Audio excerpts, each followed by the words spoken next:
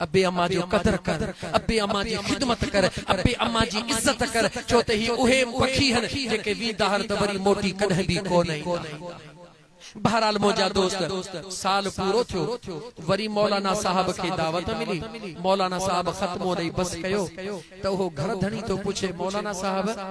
नंढड़ो अर्ज कया नाराज न थींदे? चे न दा। चे अगे साल तमा खत्मे ते आया हो? आयो हुयुस। खत्मो दई करे पो असांजा पैसड़ा हिते पिया हा, उहे गुम थी विया, यकीनन तमा उहे खणी विया हुयो। त मौलाना साहब रोवण शुरू कयो। छा शुरू कयो? जॾहिं मौलाना रुनो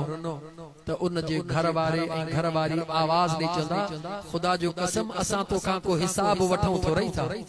असां तोखे मुआफ़ करे छॾियो।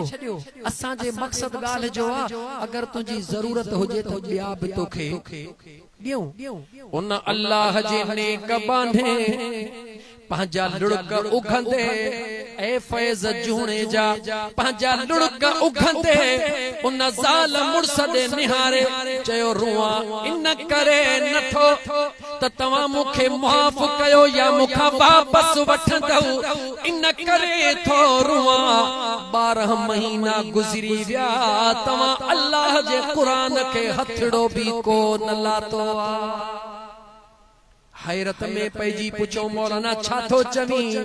चई हे मथो छा पयो आ? चयो कुरान। चई तव्हां जा पैसा हिते पया हुया, मूं दिल में ख्याल कयो मता इए रखा को बार खणी वने। हे यकीनन सुबह जो रब जो कुरान मुसलमान हन तिलावत कंदा होंदा, मूं उहे पैसा खणी अल्लाह जे कुरान करीम जे कपड़न जे मथो रखी छडिया। जरा मथे त चढ़, मथे चढ़ी कुरान करीम खे लाहे उहे पैसड़ा मथो प्याहन मिट्टी लगी पया। उन आलिमे दीन चयो रुआ इन करे न पयो त तव्हां मूंखां माफ़ कयो या वठंदो, रुआ तव्हां जे हालत थो अल्लाह जो कुरान घर में पयो आ।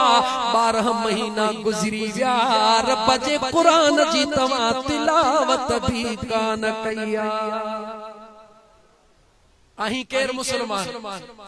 आही केर मुसलमान, खुदा जे वास्ते ऐ मुसलमान सोच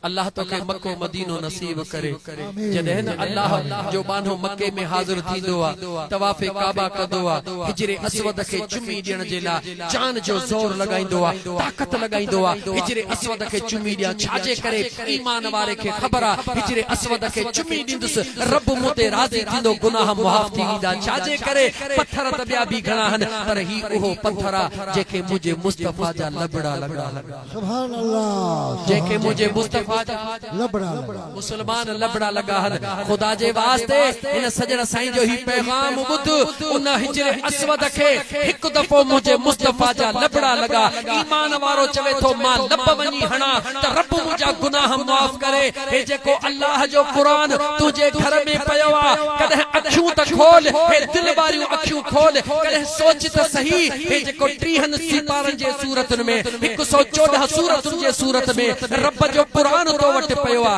इन जे हिकड़े हिकड़े हरफ ॿुधा मुझे मुस्तफा जे लबन के घणा दफ़ा चुमी ॾेई पोतो वटायो। जवाब दे मुसलमान, जवाब दे। हिकु हिकु कुरान जो हरफ घणा दफ़ा लबे मुस्तफा के चुमी पोतो वट पहुतो आ। अंदरों जवाब मिलंदो हिकु दफ़ो न,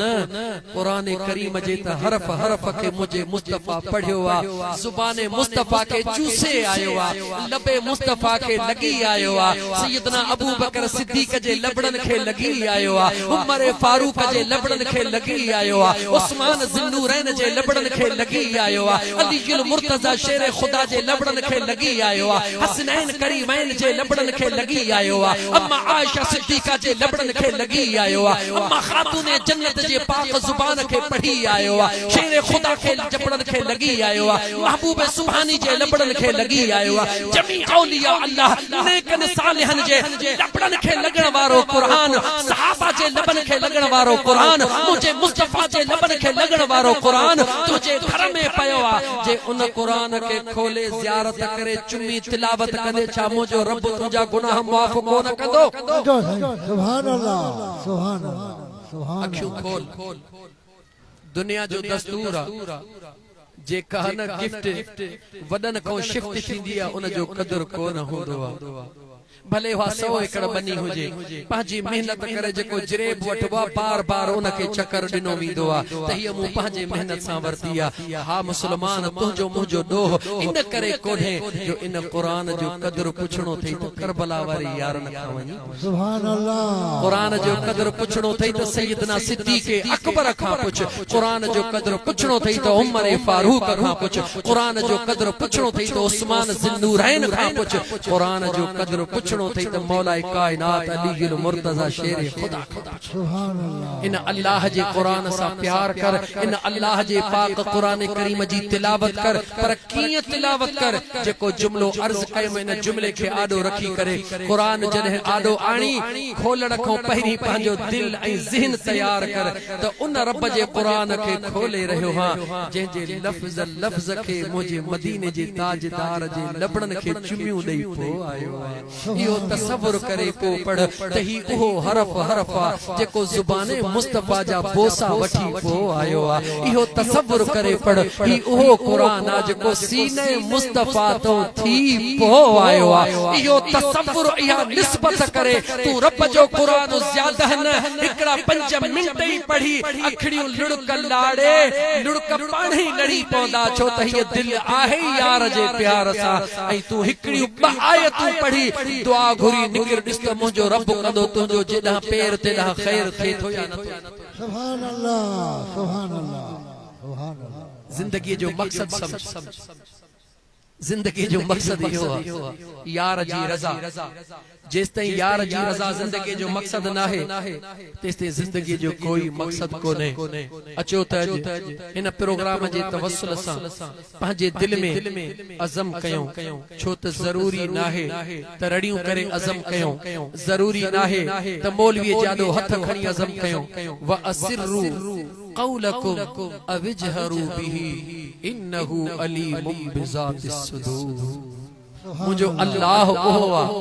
डाढिया रड़ियूं करी या दिल में ख्याल करी मुझो अल्लाह फरमाए तो तुझो रब तुझे सीनन जा राज ॼाणदो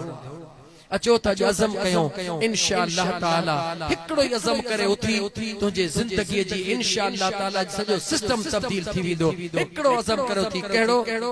हलाल जी रोजी कमाए खाईंदुस बस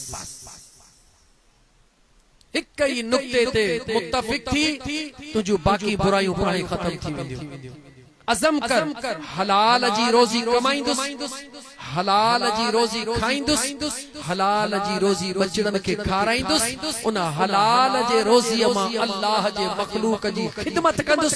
इंशाअल्लाह ताला या हलाल जी रोजी कमाइण या हलाल जी रोजी खाइण या विलायत जे पहरे नाके जी निशानी आहे रसूलुल्लाह सल्लल्लाहु अलैहि व आलिहि वसल्लम जे दरबार में आका करीम अलैहिस्सलातु वस्सलाम जे दरबार में जने अर्ज कयो वियो या रसूलल्लाह सल्लल्लाहु अलैहि वसल्लम दुआ जे कबूलियत जो को आसान तरीको मुझे करीम आका अलैहिस्सलातु वस्सलाम फरमायो हलाल रोजी कमायो हलाल रोजी खाओ जेको हलाल लुकमो खाईंदो आ मुझो रब उन जी का भी दुआ रद कोन कंदो आ सुभान अल्लाह जेकरे चाहियूं था त असां तू इरादो कयूं रब पूरो करे अञा वध ऐं इंसान लालची हो न जेकरे चाहियूं था जाडे वञूं दुनिया इज्जत करे अञा वध जेकरे चाही थो त जे जंगल में वञा त जंगल जा जानवर भी मुखे सुञाणे मुजी इज्जत कन गाल सौलिया उहा गाल कहिड़िया बस हिकड़ो ही अज़म कर हे जेका दिल आ न उहा पंहिंजे करीम रब जे हवाले सुभान अल्लाह हथ तो जो कार ने हुजे ये दिल पंहिंजे यार ने हुजे हारी आही हार पो कर जमींदार आही जमींदारी कर जंहिं भी फील्ड में आही मुर्स माण्हू थी कम कर हथ कार ने हुजे ये दिल पंहिंजे यार ने हुजे हजरत पीर मिठा से रहमतुल्लाह तआला अलैहि जड़े जवान दुनिया के इनकलाबी हो रस्तो दस्यो जेको जिंदगी में सफर तय थियण वारो हुयो मुझे पीर मिठा दिल पर निगाह सा सेकंडन में तय करे चयो तू दिल दे ख्याल करे वे जड़े तुझी दिल जाकिर थी वई तू निंड पियो कर मलाइक तुझो नेकी पिया लिखन लियो अञा तो के छा खपे मुझे यार लतीफ सरकार तस्दीक करने फरमायो तनु तस्बीह मनु मणियो तनु तस्बीह मनु मणियो दिल तंबूरो चल तारूही तलब जू वहदत सुर वजन वहदहु ला शरीक लहू इहो रागु रगुन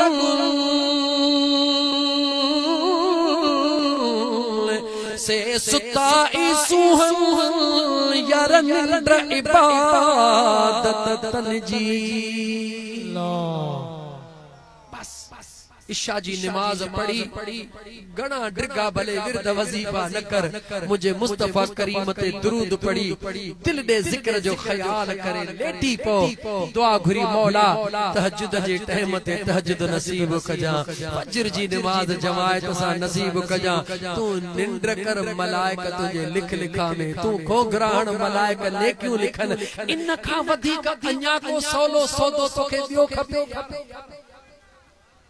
ऐ मुझा दोस्त केडो जल्द समझंदो हई बैंक में 10 लाख रख